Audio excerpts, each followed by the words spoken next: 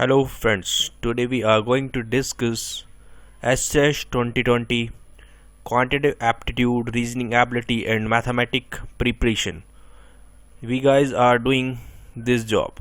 नमस्कार दोस्तों, हम डिस्कस कर रहे थे STAT 2020 के एप्टीट्यूड, रीजनिंग और मैथमेटिक की प्रिपरेशन कर रहे थे, जिसके अंदर 50 इम्पॉर्टेंट क्वेश्चन हम उन पर वर्क कर रहे हैं, जो 30 हमारे मैथमेटिक पोर्शन से आते हैं और 10 हमारे एप्टीट्यूड से, 10 रीजनिंग से। तो टोटल हो जाते हैं हमारे 50 क्वेश्चंस आउट ऑफ 150। तो ये एक काफ़ी अच्छा वेटेज रखते हैं बेटा। मात्रात्मक योग्यता से 10 प्रश्न और तार्किक अभिक्षमता से 10 प्रश्न ये है, और 30 क्वेश्चन गणित से, तो ये 50 क्वेश्चन हो जाते हैं। तो ये काफ़ी अच्छा वेटेज रखते हैं, और जिसने भी वही प्रीवियस वीडियो नहीं देखी है वो प्रीवियस वीडियो को ज़रूर देख लेगा। ठीक है, तो स्टार्ट करते हैं वीडियो को विदाउट वेस्टिंग एनी टाइम।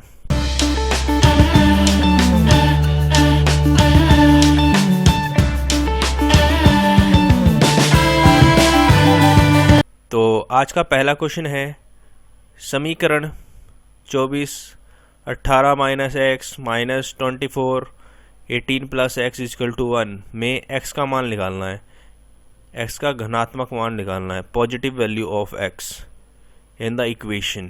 तो हम इसको अगर प्रोफेशनल मेथड से सोल्व करेंगे, मतलब ट्रेडिशनल मेथड से, तो ये ऐसे लिखा है, माइनस है 24 18 प्लस एक्स इक्वल टू 1 है। तो इसको एलसीएम लेंगे, तो ये कैसे बनेगा, ये मल्टीप्लाई हो जाएगा, यहाँ पर ये 24 है, इसको कॉमन ले लिया इसमें से, ये मल्टीप्लाई हो जाएगा ऊपर, तो ये हो जाएगा 18 प्लस एक्स माइनस ये क्या हो जाएगा, ये वाला ऊपर चले जाएगा, ये हो जाएगा 18 प्लस एक्स। ठीक है, ये हो जाएगा, और नीचे क्या हो जाएगा, ये 18 माइनस एक्स और ये 18 प्लस एक्स इक्वल टू 1, ये हो जाएगा 18 से 18 हमारा क्या हो जाएगा, कट हो जाएगा। ये ऊपर क्या आ गया, 24x आ गया, 24x आ गया, और नीचे क्या आ गया, 18 का स्क्वायर माइनस एक्स स्क्वायर, ये आ गया 1। ठीक है, तो इसको इस तरफ ले जाएंगे, तो ये हो जाएगा 24x, इसको इस तरफ ले गए, 18 का स्क्वायर माइनस एक्स स्क्वायर, तो इसको एक्स स्क्वायर को इस तरफ ले आए, तो ये हो गया 24 माइनस 18 का स्क्वायर, जितना भी होता है। तो इतने बड़े स्टेटमेंट को सोल्व करने से बेटर क्या रहेगा, हम x की वैल्यू ऑप्शन से उठा लें, अगर हम पहला ऑप्शन देखें तो 5, यहाँ पर 5 रखेंगे, 18 माइनस 5 13, तो ये 13 से तो वैसे भी नहीं कटने वाला है, तो हम ऑप्शन 2 को रख के देखते हैं, 6 18 माइनस 6 कितना हो जाएगा, 12 हो जाएगा, तो ये कट सकता है, 12 2 से कट जाएगा, ये कितना हो जाएगा, 2 हो जाएगा, 12 2 जो 24, अब इसमें 6 रखा, 18 और 6 24, ये 24 से 24 कितनी बार कटा, 1 बार, 2 में से 1 गया तो 1, तो ऑप्शन नंबर 2 क्या आ गया, बिल्कुल राइट आंसर आ गया। ऑप्शन नंबर 2 क्या आ गया, बिल्कुल राइट आंसर आ गया। इतने बड़े स्टेप को करने से बेटर रहेगा आप ऑप्शन की वैल्यू रखकर सीधा देख लें। ठीक है, समझ गए। और बेटा आज हम 5 ही क्वेश्चन डिस्कस करेंगे, क्योंकि ये मैथमेटिक का पोर्शन है, काफ़ी लंबे क्वेश्चन भी आएंगे इसके अंदर, तो डेली 5 मैथमेटिक क्वेश्चन डिस्कस करेंगे, और ये 2017 का पेपर है बेटा। ठीक है, तो एक क्वेश्चन हम डिस्कस कर लिया है।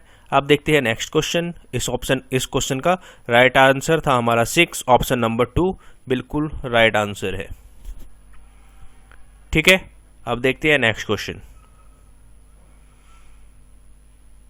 वही क्वेश्चन क्या है, यदि बिंदुओं A0 तथा -A0 की बिंदु XY से दूरी के वर्गों का योग 2b² है, तो if the sum of the square of the distance of the point XY from the points A0 and -A0 is 2b² then. तो इसके लिए पहले हमें कंसेप्ट को जानना होगा कि कंसेप्ट है क्या, पॉइंट्स होते क्या हैं, पॉइंट्स क्या होते हैं, और ये एक्स वाई क्या है भाई, क्या चीज़ें लिखी गई है। ठीक है, तो इस क्वेश्चन को करने से पहले हम कंसेप्ट को देखते हैं। तो ये है, देखो कंसेप्ट क्या है। कंसेप्ट दो एक्सिस होती है, हमें पता है, वाई एक्सिस, एक्स एक्सिस। तो एक पॉइंट है यहाँ पर, उसकी क्या है, x1, एक्स एक्सिस पे उसकी दूरी है x1, तो यहाँ पर आ गया x1।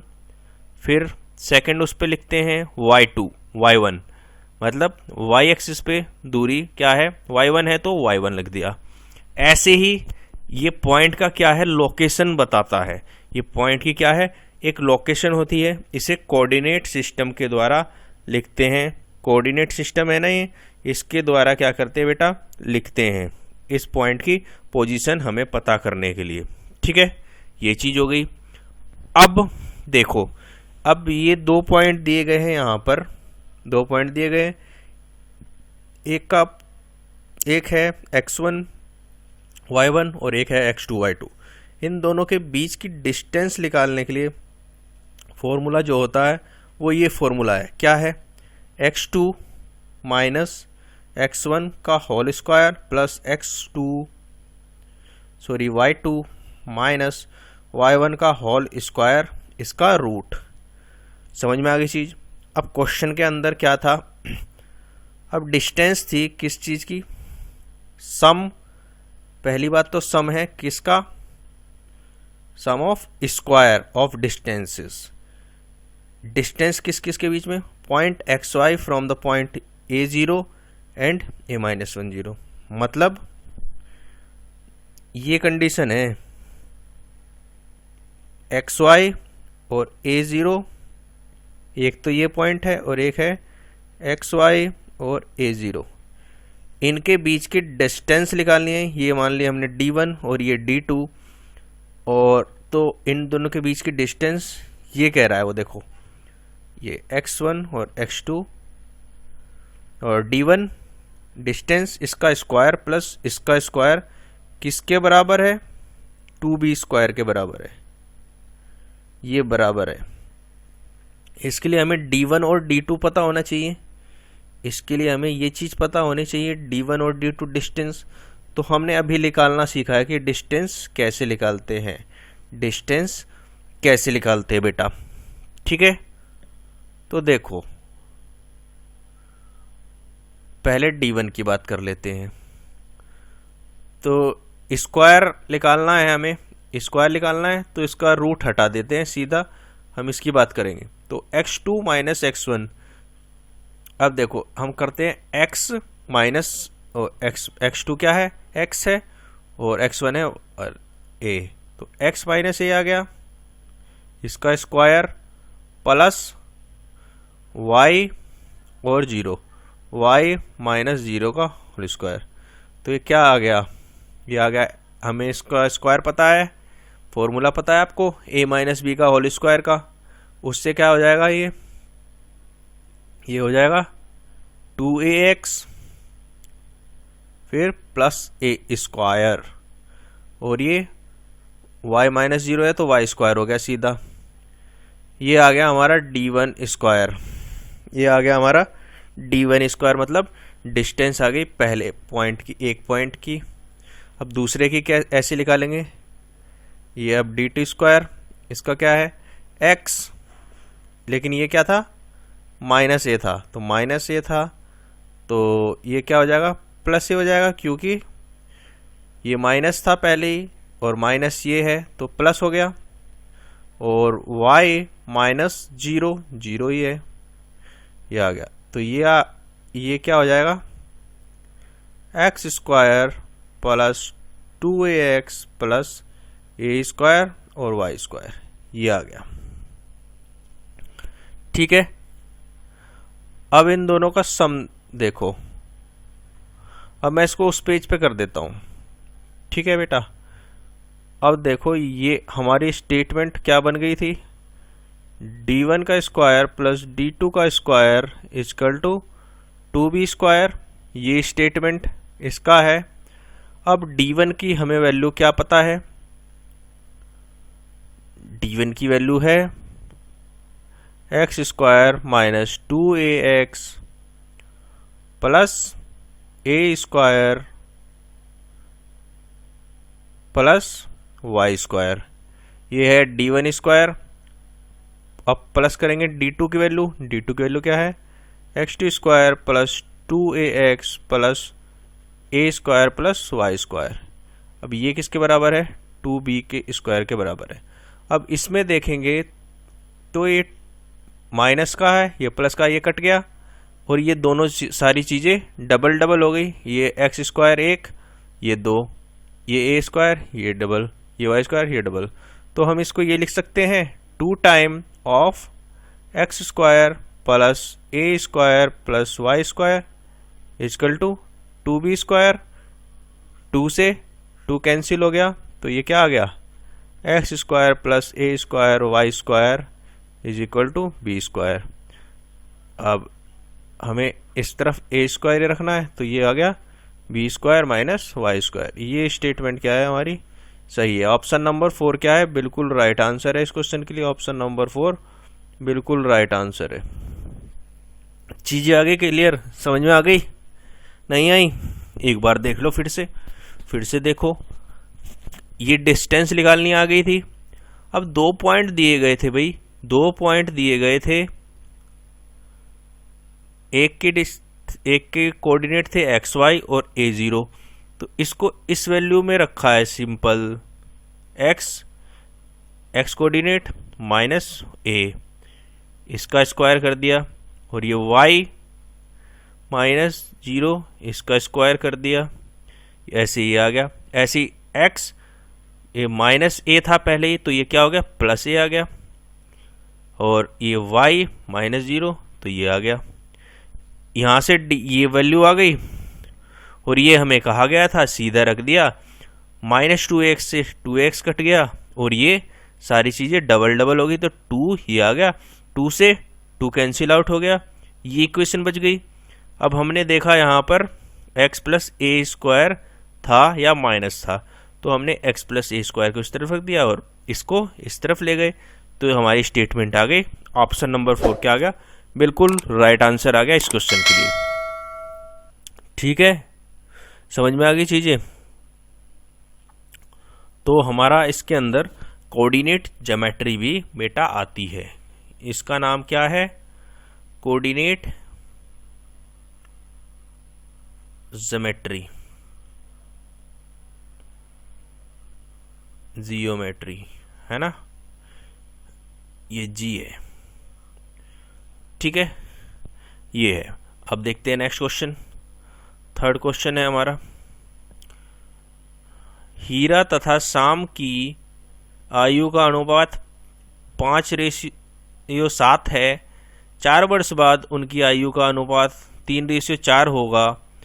हीरा की वर्तमान आयु ज्ञात कीजिए। The ages of Hari and Shyam are in ratio 5:7. After 4 years, the ratio of their ages will be 3:4. Find the percentage of Hari. तो देखो क्या ये पहले थी 5:7 थी और 4 साल बाद क्या रेशियो हो जाता है, 3:4 आ जाता है, ये हो जाता है रेशियो।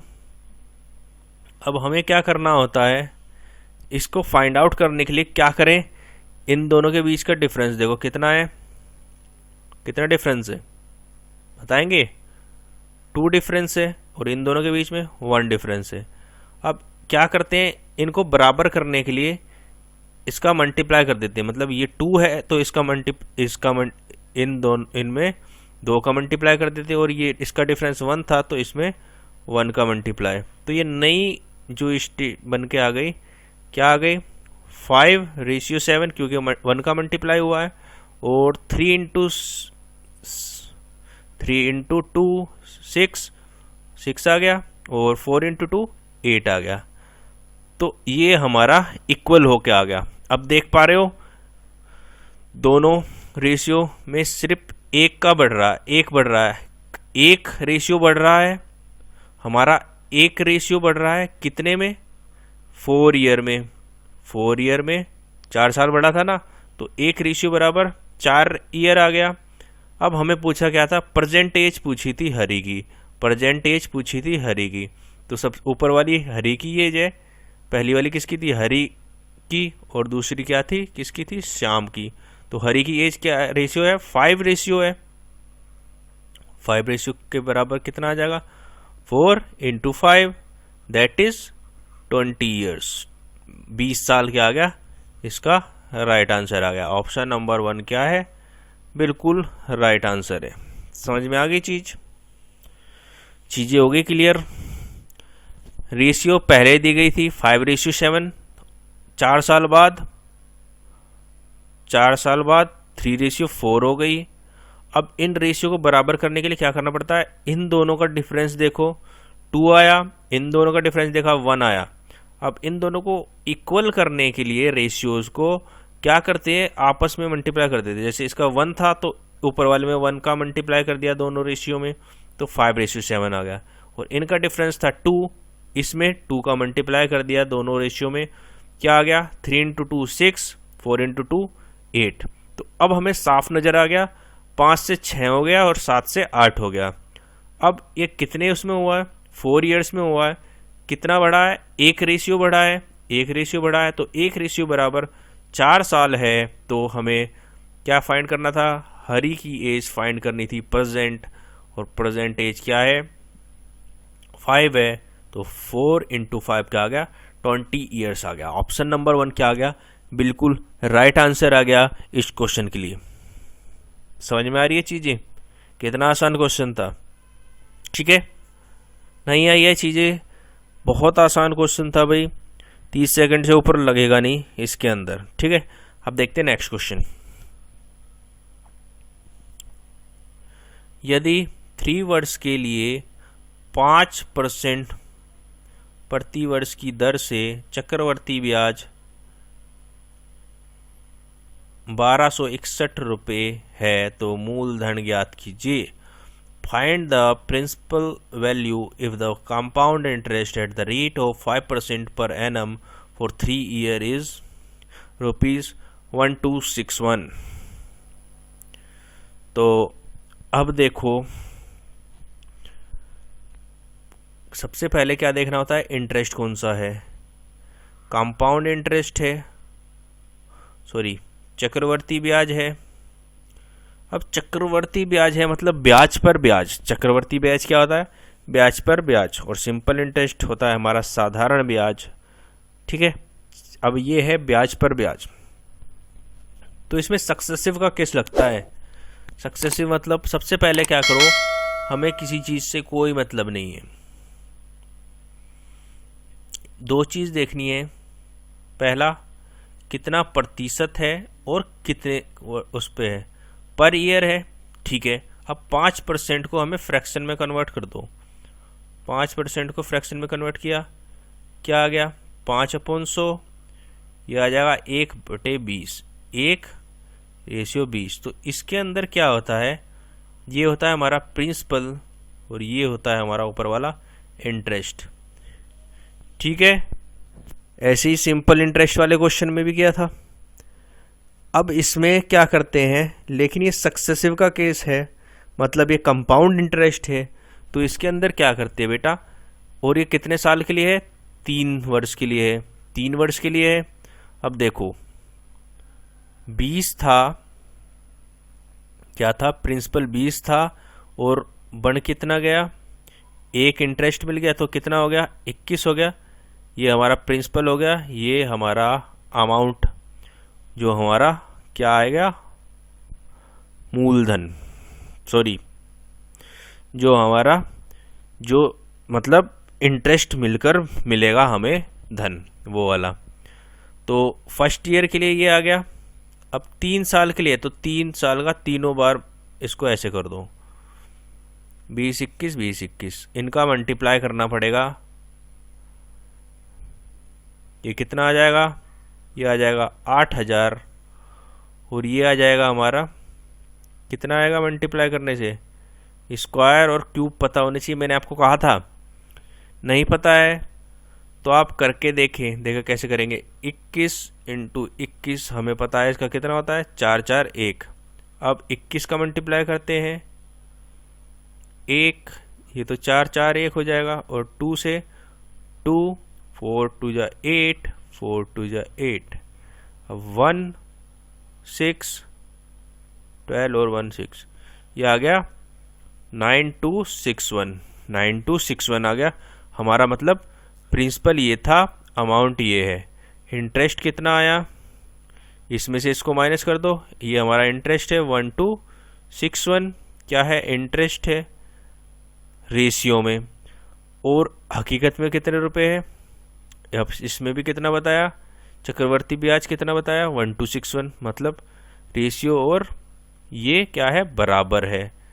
तो अब हमें क्या फाइंड करना था, प्रिंसिपल अमाउंट फाइंड करनी थी, मूलधन ज्ञात करना था। अब मूलधन का रेशियो भी हमें पता है कितना है, 8000, और 1:1 है, तो 8000 सीधा क्या आ गया, आंसर आ गया। ऑप्शन नंबर 2 क्या है, बिल्कुल राइट आंसर है।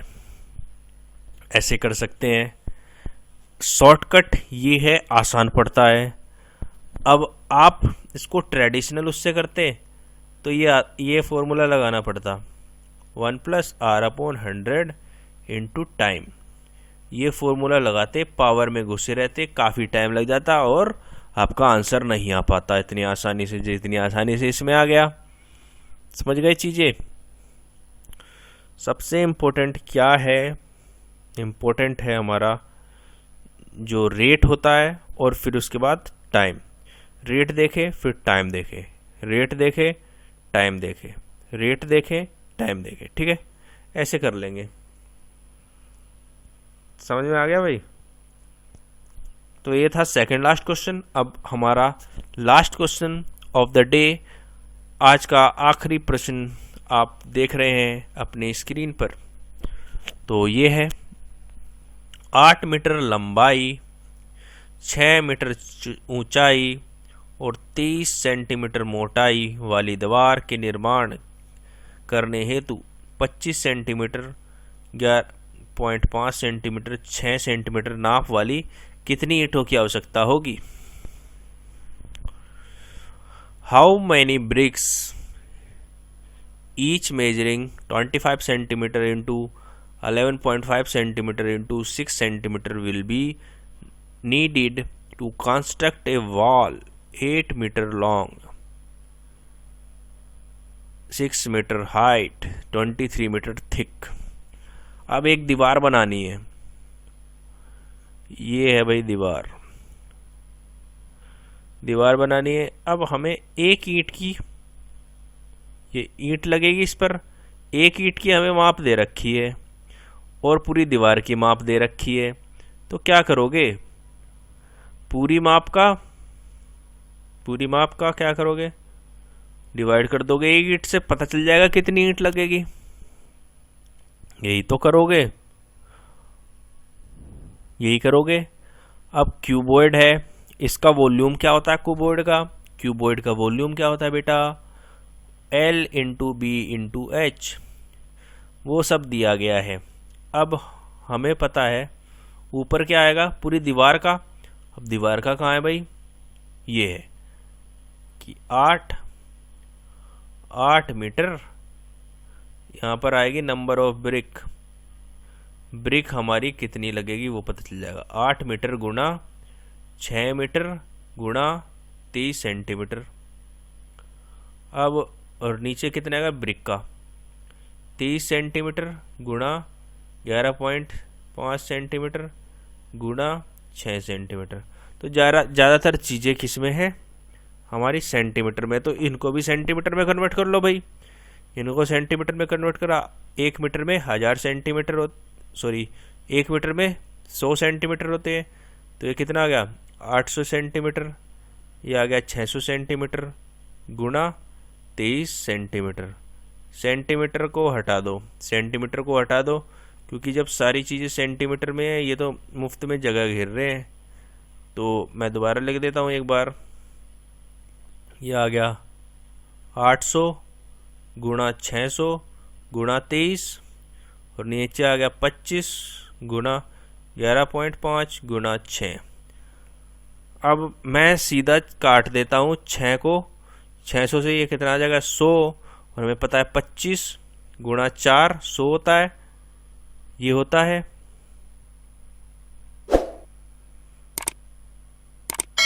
ठीक आ गई बात। पॉइंट को हटाने की कोशिश करूँगा, पॉइंट को हटा दिया तो ये क्या हो जाएगा 40, एक जीरो ऊपर चले जाएगा, ऊपर भी मल्टीप्लाई होगा 10 से, तो 40 हो गया। अब इसको काटेंगे 5 से, 5 2 जा 10, 5 2 जा 10 और 3 23 आ गया, और ये 8 हो गया। अब 23 से 23 काट दिया, 23 से 23 काट दिया, अब कितना आ गया 800 गुणा 8 बच गया, कितना आ गया 6400। ऑप्शन नंबर थर्ड क्या है, बिल्कुल राइट आंसर है इस क्वेश्चन के लिए। ऑप्शन नंबर थर्ड क्या है, बिल्कुल राइट आंसर है। समझ गए। सबसे पहली बात वॉल्यूम पता होना चाहिए, वॉल्यूम पता होने चाहिए। और दूसरी बात भाई दीवार है तो दीवार बड़ी चीज़ है या फिर ब्रिक ईंट जो जिससे दीवार बनेगी, तो बड़ी चीज़ तो दीवार है ना। तो दीवार को डिवाइड करेंगे एक ईंट की वॉल्यूम से, एक ईंट के वॉल्यूम से डिवाइड कर दिया तो उससे क्या आ गई हमारी नंबर ऑफ ब्रिक आ गई, पहली चीज़। और दूसरी चीज़ क्या नोट रखनी है कि हमारी यूनिट क्या होनी चाहिए, सेम होनी चाहिए। जैसे मीटर में निकालना था तो सारी यूनिट को मीटर में कन्वर्ट कर देते। पहली बात तो ये हमें ब्रिक निकालनी थी, सारी यूनिट को एक में ही कन्वर्ट करना पड़ता। अगर मीटर में करते तो सबको मीटर में, सेंटीमीटर में करा तो सबको सेंटीमीटर में, तब ये कटेंगे, वरना गलत कर दोगे आप। ठीक है भाई, इस चीज़ को नोट डाउन करना है, ध्यान रखना है। ठीक है भाई, उम्मीद कर रहा हूँ चीज़ें क्लियर हुई है। क्लियर हुई है तो लाइक कर दीजिए, शेयर कर दीजिए, सब्सक्राइब कर दीजिए, और एनी सजेशन के लिए कमेंट कर सकते हैं।